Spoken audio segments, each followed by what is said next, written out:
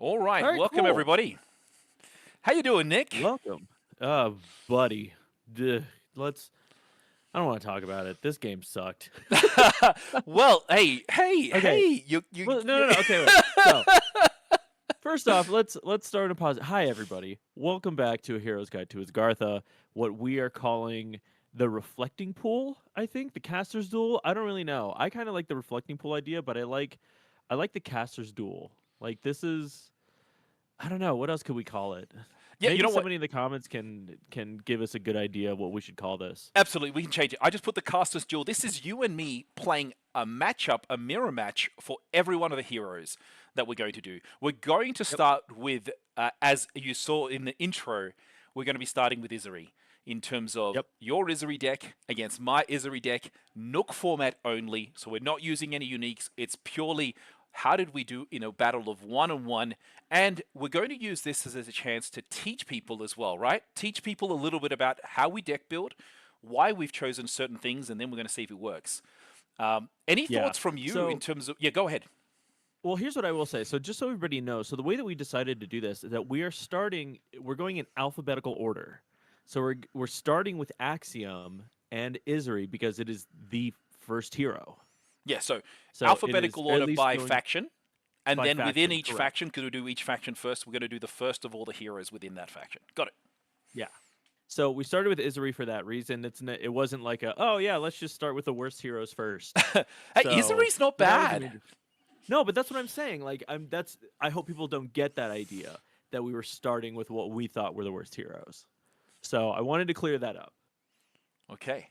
All right, are you ready? So no. This is gonna people are gonna see how we have the joke that Cole and I are fighting for worst the worst player in Altered, right? The biggest loser. This might show why Well, we'll see. So I'm in that contenders list. so right now, I've put up your deck that you put Yes. together. Tell us a little bit about what you were trying to do. So I want everybody to realize this is that I forgot that set 1 and 2 even existed. Just completely and utterly, right? So that's why you're not seeing any set 1 or set 2 cards in here, except for maybe like Foundry Engineer and Axiom Salvager. I guess what I mean is I forgot that landmarks existed in set 1 and 2 Okay. because you'll find out later that there are some things that I could have put in here that could have worked fairly well in this deck. Mm-hmm. But I realized that Lucan specifically sacrifices to permanents, not just landmarks. Mm-hmm. So that's why you see me put Bug Out Bag in here, is because even if I lost, I could have this sit around, in the event that I could get a Lucan out and get an extra 1/1/1 on it because of Bug Out Bag. So that's why you see that there. And then I was trying to just, you know, get as many aeroliths as possible because I forget that it's not just aeroliths that are good. It's landmarks that are good and Mm-hmm. anything that helps you trigger landmarks. So that's why you're seeing a lot of what I have in here is because it mostly dealt with aeroliths. Yeah, one thing that was Um, surprising is you've got a Medusa, 5 from reserve, quite an expensive card. Lucan, 5/5 as well. Really, really trying to get your value from the I'm assuming from the permanents that you play. yeah, I don't know why I put Medusa, but again, it's because I looked at aeroliths and I was like, yeah, anything that creates an aerolith is going to be good, right? But also because Medusa's removal. Mm-hmm. So even if I can't sack the aerolith to it, at least it's character and a removal because it's target character. Okay. Interesting. So that was the main reason why I did that. That's basically my removal spell is the character plus removal. Excellent. Now I'm going to take everyone through my deck, my Isri deck. I focused on going as low to the ground as possible in terms of what I had, but I needed to have an avalanche. Knowing this was a match where we both had access to the same deck, or at least the potential for the same deck, I put avalanche in case I needed to get rid of one side of the board, if because I believed I could have played a lot with just 1 or 2 cost cards. Like you, I had Demolition Expert to be able to create an aerolith on play from hand and then destroy it to be able to get a resupply. but I focused a lot more on interaction with my armored jammer and trying to find Exactly. ways Yeah. of replicating through Dr. Frankenstein. Given I also added in, I think you added in restocking station as well, but putting in the restocking station to make Dr. Frankenstein just use loop as much as possible. And honestly, that was my main goal, is to do that. I also put a number of hooks to make sure that I could get the 1-for-1s if needed. But let's go through how we went. And I think on your side, you're going to tell us what you've got in hand as well. Let's show what I've got here Yeah. as So we. armor jammer would have helped me so much. Oh, absolutely. It was so bad. It was so bad. Um, that's why I was like, don't judge me too heavily. So when I started, I had an aerolith quarry, a restocking station, a demolition expert, a Paju, a foundry engineer, and an axiom salvager. Ooh. And which ones did you So that's choose what to I keep in had. hand? So I kept the aerolith quarry, the restocking station, and the Paju. Okay. Interesting. And now you can see on my side, you were able to see it on the video, but we're going to go through. I ended up keeping the.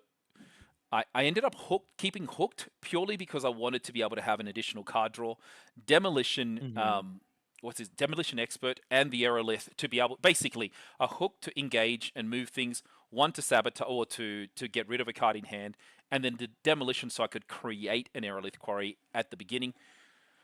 All right, let's see. And your first play, you poured out. I think it's a very strong first play.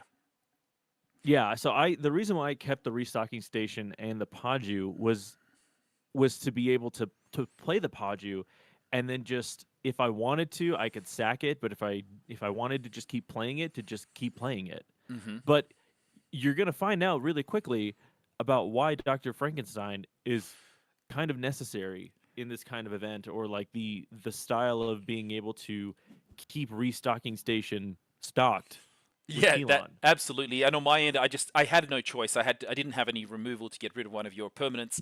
Playing out the demolition expert, knowing that there's still a potential for you to go 2-1 if you had 2-1 cost cards in hand. But then you Yeah. ended up playing the Paju, as you've said, which I think is Yep. the smartest play. But I was surprised you played it on the hero side. You could have played it on the companion side to block me out. But I think You're right. And you were worried that I had again, something.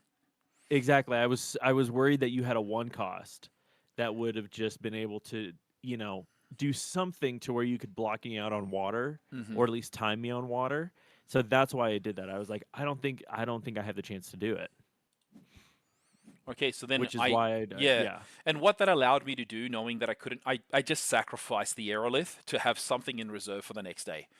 So pretty simple, and I think Anansi is fairly decent late game, especially if you play the style that you had, which was basically get as many aeroliths out as possible. I think Anansi would have done great for your deck. Didn't give me that much value in this time, given it's the only card in reserve, or now it's going to have an extra one here. But now I get a chance to go first, and my premise is you can see here that I drew up a sap sniffer as well, and I'm just putting it up here. Snap sniffer, and also a restocking station. On your end, what did you Yep. have? I drew into a Lucan and a bug out bag. Okay, which one did you keep? Or what did you end up I keeping kept with all your cards? I end up I don't know why I did this. I think I know why I did it, was because I was like, this is gonna be great because of what I have. Because my plan, and you'll find out why I'm such a bad player, was here was the plan, right? I gave away the bug out bag, right? I put the bug out bag to mana because I was like, okay, if I can create some extra aeroliths, this is gonna be great because I had an aerolith quarry, right? Yeah. So uh so what I did was I maned the bug out bad because the idea that I had was I was going to play the Paju out, play out the Aerolith Quarry, get rid of this Aerolith, resupply into something else, and then just be able to keep cycling this Paju until I wanted to play out the Lucan next turn. Hmm. Interesting. So, but And what it ends up didn't. It happening did not work that is way. because I played out, as you can see here, the demolition Yep. expert. When played from reserve, you may sacrifice a permanent. I ended up sacrificing a permanent, which will allow me to get the resupply. Um, and that way I got a resupply, and I resupplied into the best thing possible for me. Yeah, it was stupid. Yeah, it was wild. And then, So and then I played out the Aerolith Quarry. Um, after you resupplied into your Frankenstein to try and do something there. And then here's where you're going to see the best misplay of my entire career. yep. So we see yes So, here. So I played out the Anansi, really trying to go yep. for both sides to say, can I progress at least? But we'll see what ends up happening. And then on your side, So here's the best part: is that everybody knows the classic axiom of uh, reading the card explains the card, yes. So that's why I've got it right? highlighted here for you. Yeah. So what I did not realize and what I failed to realize was that you can spend it to have target character lose fleeting. You assumed it was Not like I had to assumed play that it you had to first. tap it first, and then for some reason, this shows you how good I am at playing Axiom because Axiom happens immediately because you're spending stuff, Yeah, and you had not to tap actually. this and then the next And thing. thank you for the gift. You basically allowed me to play Demolition Expert again next turn because of what happened. Correct. And So that's instead and of yeah, helping and myself and playing at the Paju and having it lose fleasing, I immediately cried and was like, "Well, this sucks." yep.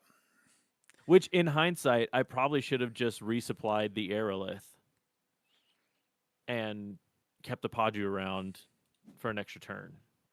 Yeah, you would But have I you was would have like, "No, I have absolutely. to."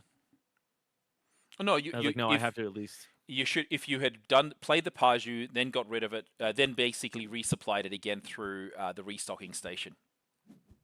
So that allowed me to, but we're still staying even. It's still even at at this stage of the game. Um, Yeah. then you discard down. You get a really great card in the Gavroche to be able to use, um, but we'll see what ends up happening. On my side, I drew up, and you can see here an armored jammer. I drew up a frozen delivery, and on top of all that, I just got rid of the frozen delivery, thinking I didn't need it at this stage. Yeah. On your side, what did you draw, and what ended up going down? So I drew into an Axiom Puppeteer and an Aerolith Reef. Okay. And so I managed the Puppeteer because I was like, "Oh, cool. I'm going to play out the Lucan now to give myself a 4/4 gigantic."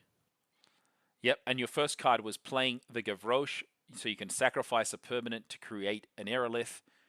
Mhm. I'm assuming here you just sacrificed the Aerolith to create another one, but it allowed you to resupply. And that actually, it's not so bad. Like the play looks really, really strong, but unfortunately on my side, I ended up playing. Sorry, positive on my side, restocking station. And then here's Oof. where it gets really bad, and this is why I hate Axiom.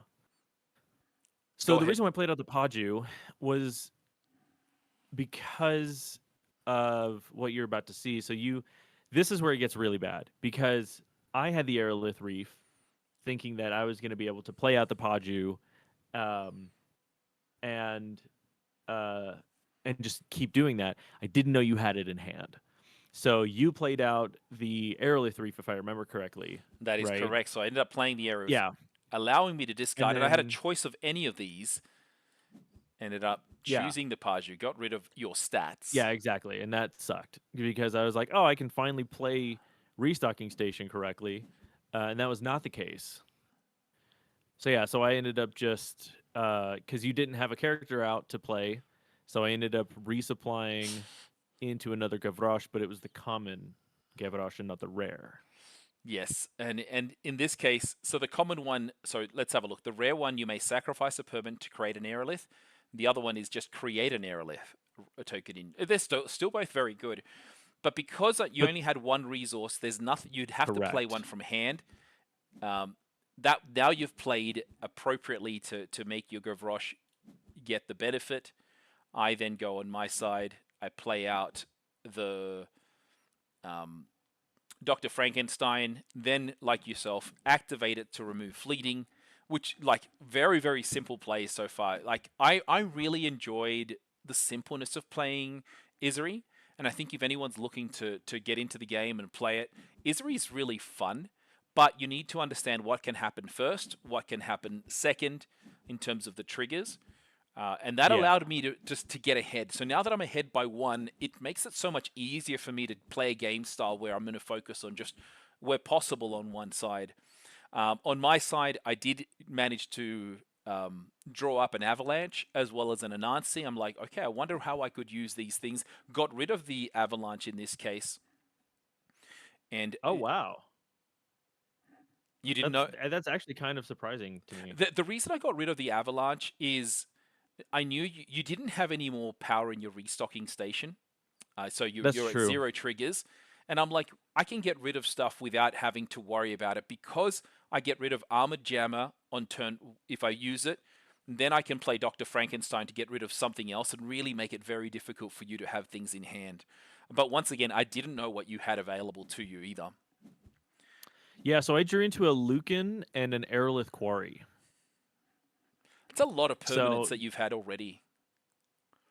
yeah, and I put in the Lucan to mana because I was like, this, and I need some lower cost stuff. Hmm. But this just ripped into me so hard. I was like, oh, I forget that I remember the Armored chat. Jammer was a card. That's right. So I played Armored Jammer, and I actually didn't do this properly. I should have gotten rid of the rare, but I got rid of the common one. Um, Yeah, because you thought that they were both the I same, thought they were which is both great for exactly the me. same, so allowing you to basically have the rare available. But once again, now you got 4 permanents out. You ended up playing the Aerolith Quarry, so you got 2 Aerolith Quarries. It's a lot. Yeah, because you weren't playing characters, and that's kind of what I needed. Was I needed you to be playing characters. Okay, and in this case, I created a basically demolition. I can sacrifice something. I ended up. Let's have a look. Which one did I sacrifice? Yeah, you did the jammer so that you could sabotage again That's right. So because you suck. forcing you to be able to say, okay, didn't play the card out to get more. I play something out. Now I feel like I'm in a lot of control, unless you've got your own jammer. But as you said earlier, you didn't have You didn't have a jammer in your removal. So then Correct, I did not. But what I had was an Aerolith Reef to get rid of your homeboy, your demolition expert, demolition which expert. didn't really help me because I was like, man, who knows? Maybe he'll play out the. But here's the thing: is that demolition or Aerolith Reef doesn't hit Frankenstein, It does not. which It has to be 2 or less. So what I did yeah, in this case is, just let's keep on making my restocking station continue to have a lot available to them. And you were unlucky that you didn't draw a 1-cost card. Um, though that's a great card to have for for the build, yeah, the way and that you explained it, though. yeah, because I was hoping that this would because a lot of my permanents are, I think, well, now that I think about it, I think all of my permanents were 2 costs. So being able to have a foundry engineer that's basically just going to let me play stuff for free, that was huge. Yeah, the other thing though that was hard is you had to get rid of 2 cards in your deck, like 2 permanents without getting the value from them. I think that made it a little bit more difficult. Uh, Yeah, exactly. Now I'm 2 tracks ahead. I'm feeling pretty comfortable. I drew another avalanche and a sap sniffer, which was basically the same thing that I drew the turn before, or 2 turns ago. And Yeah. then I also have the resupply from the Axiom Salvager. I'm feeling very comfortable at the moment. Um, Well, so here's where this gets fun now, right? Is that I'm on the play, so I drew into 2 bug out bags. ooh, And so I was like, all right, I think I've got a strategy for at least this turn to have at least kind of a pretty good play, right? So here's what I did, because unfortunately I'm very far behind and I need to catch up, right? mm-hmm. So I play out the Foundry Engineer, Yep. right? And that has So I the do that. activity. The next permanent you play this afternoon costs 2 less. Okay. Yep. So I did that. You play out the Frankenstein, kind of like you've already seen. And then what I do next is, well, because you activate your, um, The here's Aerolith what Reef to yeah, get rid of you did your. the reef Mm-hmm. because the good news is that when you play a permanent, or like when you play a character and it has an effect of like the next thing that you do, does this, right? That's actually really good for you, because even if you get rid of the card, The effect you still still stands. get that effect. That's right. So what I ended up doing was playing out the bug out bag for free Yeah. Now, and why getting did you play it on the companion side? I guess it makes sense, and because of what you had in your hand left, right? exactly correct. Because what I was going to do then was I was going to sacrifice all four. Well, here, and we'll get into this. So you played out the Axiom Salvager. And I got lucky. I got lucky on this resupply. The resupply Yeah. is what saved me. So Yes. I resupplied a 100% one it did. cost 222. Like, brilliant. Yeah. So here's why I did this, is because I was going into this saying, well, no matter what I play, like no matter where I play, I'm going to be fighting, right? So I did all four. I did all four of my permanents to the Lucan. Yeah. So I had And a just for you, 666. that's your three permanents that are in the permanent slot, and also the bug out bag because it's an expedition permanent, so that's also counts. Correct. So it counts as a permanent, even though it's not a landmark. So I had that. You did your stupid whatever with your restocking station, which is great for you. And then I resupplied into a demolition expert off of the one aerolith that I had created. Yeah, so like the game is just going great for me, but my question is, shoot, you're 888 and you're 666. I've got a long way to go with 4 resources. So Right. luckily I had an Anansi in hand, so that gave me an extra 1 boost to get it to 666. And then because I had 1 resource remaining, be able to just match you. And that matching made such a difference because it meant I stayed ahead. I stayed ahead by 1. And once again, Axiom has this crazy ability of just putting things into their reserve. And if you top deck lucky, it just helps you so much. And that's what happened to me in that case. So now I'm still 1 ahead. And you have no cards in hand, and I think that's where it's going to get difficult. And even though I know Yeah. that the Lucan is something I cannot touch, I I draw up another Dr. Frankenstein and an Axiom Salvager, so both very useful cards. Although the Dr. Frankenstein from hand is not so useful, given it costs 4. What did you get on Yeah. your side? I drew into another Lucan and a Medusa. The Medusa, maybe, So yeah. so I ended up sending to mana the Lucan. hmm Yeah, you because you couldn't play both of them, right? A 5/5 and another Correct. 5/5 when you've only got 8 resources. So on my turn, I play out the Anansi first. I think it makes the most sense given I want to find a way of getting rid of one of your cards, even though I know the Lucan is not possible to get rid of. You ended up Yeah, and in playing. hindsight, I should have played the Medusa first, I think. But here I'm just like I didn't know. I didn't know what to do in this position because I was not in a good spot. Um so I was trying to figure out like what's the best play here, right? Because I played out the demolition expert with no permanents to No, sack. it's just like, ouch, that hurts so much. Yeah, it was really really bad. So I had to just send it over to Chile for that one. And then I was in a position where I was like, what do I do here? Like, do I play out the Lucan or do I play out the Medusa? Yeah, And I was just so stuck because here's where it gets crappy. You are an awful person, and so you decided to aerolith reef my demolition expert. yeah, and it absolutely makes sense why I would do that. It means I've got Yeah, presence on both sides, knowing in many cases you couldn't play on both, and I could keep that correct. one expedition advantage, even if you were able to beat me on one side. Um, and once again, Yeah, so it's the value of that aerolift, sorry, the restocking station that constantly allowed me to play the same card over and over again. yeah, and so what I ended up doing was I just ended up passing completely. I was like, there's no point really for me trying to fight for this because everything that I had just wasn't gonna do it.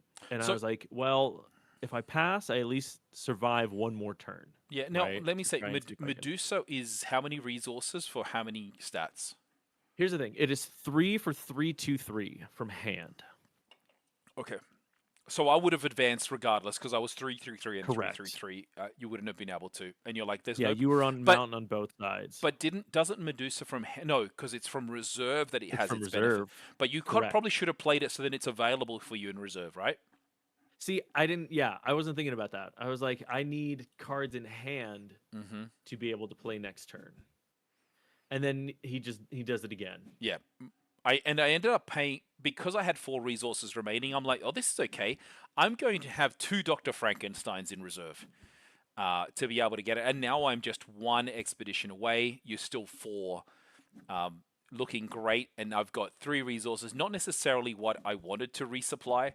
And just remember, in my hand, I still have the avalanche that I could get rid of something. Note, the avalanche, though, may not be able to get rid. So if you can look at it here, total of 4 mountain or less. So if you don't have permanence, I may be okay to get rid of your Lucan. But anyway, Yeah, here's where this gets real bad. Is I drew into a demolition expert and a brass bug nursery. mm,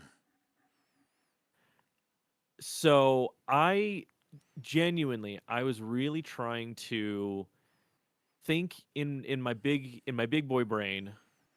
I was really trying to um like kind of see the future, right? I was like, okay, what can I do here that will really help me get ahead? And I genuinely don't remember why I put in the uh why I put the nursery in, because if I would have played the nursery, at least it would have helped me a little more on stats. I think what I was thinking is that I had the demolition expert in hand to create an aerolith. I was going first, so I had the aerolith too. So I was like, okay, maybe I can pull something out of this, you know. yeah, and from my end, I'm like, this is looking incredibly rosy. Ended up playing the Haven to give all my cards a +1 when played from reserve, and I'm like, the Dr. Frankenstein is already overstated, and I'm able to get even more value. Um, Mm-hmm. And I think by now it's like, okay, it might be a little bit too late for you. Even though the Lucan played right now is really strong because you can sacrifice both. But the problem with that is I already have so much on my, so many resources available that I just needed to win on one side. And it looks like what I did is just play the Dr. Frankenstein. I, I, I was unlucky with what I got out of it. Mm-hmm. And you're like, well, there's not much, nothing you had you could play, right? Only the abandoned depot was with 2 cost. Is that right? Yeah. Just from reserve. I ended up getting through, played my second one, and that allows me to go over. And then from that, I think that was basically the end. Um, I'm hoping I wasn't a jerk and just passed. Let's see. Let's see if I was. Yeah, I did press just pass. I Yeah, you didn't. just yeah. Yeah, I wasn't the jerk that just keeps on playing. Yeah. This Like let's make sure that he's well and truly knowing that he's lost. So I got and when playing this, I'm like, it felt really natural for me in the way that I built Isaree. I know that you didn't build it the way that you wanted to, looking back, but it felt easy. And the part for people that are wanting to play Isaree and say, well, shouldn't I just play Traced? It can play incredibly different, and I think that's important. And it's really fun. I found this really fun to play. I know, but let me hear some of your perspective in terms of do you enjoy Isaree? What is it about Isaree that you like? What was difficult? Maybe not necessarily in your build, but what's difficult for Isaree when someone's looking to play Isaree? So here's what you have to remember is that um you want cards that are going to activate arrow triggers. So you want cards like Inari, you want cards like Gion, you want cards like Dr. Frankenstein that are going to be able to do that, right? Now, the reason why you might play stuff like Dr. Frankenstein over Inari and stuff is that you can just keep recycling it if you have the restocking station to do that, Hmm. right? I let me double check because I believe Gion is also a free ability, so you're not going to be able Hmm. to recycle it the way that you do with Dr. Frankenstein. But if 4 mana is just too much for you, then honestly, even being able to play out Gion to activate the free abilities that they have. So Inari and Gion both have those free abilities. Even if you're able to, um, because maybe you're holding the restocking station for something better, right? That something cheaper from reserve that has a lot more stats, right? Yeah, and so So I get it. I you could, know, yeah. For me, like the Xion's actually really fun for the free ability, but I think this deck is very much the Aerolith. What is it called? It's called the. I got to get the right name. The restocking station is really central to the way Isaree plays, in being able to yeah, get characters out while, or replaying multiple characters while focusing on building your resupply engine that comes from all the Aerolith tokens. But I use restocking station, or at least my plan was to use it on the Grems, to use them on the Axiom Salvager and the Dr. Frankenstein, which just gave me more value, constantly more value. Um, yeah, and I like that game. It's a little bit traced, but it's different in the sense that you're getting resupplies, multiple resupplies potentially, and I think that's one thing Trace doesn't give you. What it does open you up, yeah, though, is if the hunger comes out, right? It takes away your entire engine and it's difficult to play against, or anything that interacts with your reserve, because you're always going to have cards in reserve that more than the two that you normally would have. So I got lucky, and I'm happy I got the win. So I start off 1-0, Nick. Let's see, what are we playing next? yeah. So next in line for the factions is Bravos. So the first hero, alphabetically speaking, is our good old boy Achadi. Oh man, I don't know how to build a charty. Well, we'll I see how we love go. Achadi. Everybody knows how much I love Achadi. I love making Achadi work. I have built. I need to build my new Achadi. But I also just built my first singleton deck that I'm playing with Kohlrabi, Ooh, and I'm playing Achadi. nice. Well, So we're doing a Achadi Soul singleton match right now. fantastic. Well, I'm looking forward to hearing about that It's when so we do much our fun, next dude. recording. And on that, I will say I am 1-0. I am up. Yep, you are officially Can I go? ahead on the Can I first go game. 16-0? That's my goal. Let's see. I don't. You know what? If you actually do, I will actually take the trophy to world's biggest loser, and Cole can do nothing about it. All right. Well, thank you very much. We will do our little video at the end that shows my 1-0 victory. But on that, The Nick, scoreboard, as the it sc- will, exactly, as it were. exactly. Well, it's been a So pleasure, yeah, so Nick. we'll do that. We'll catch up Yeah, thank you shortly. so much. Yep, and everybody, we'll see you on the next one. Hasta luego. Ciao.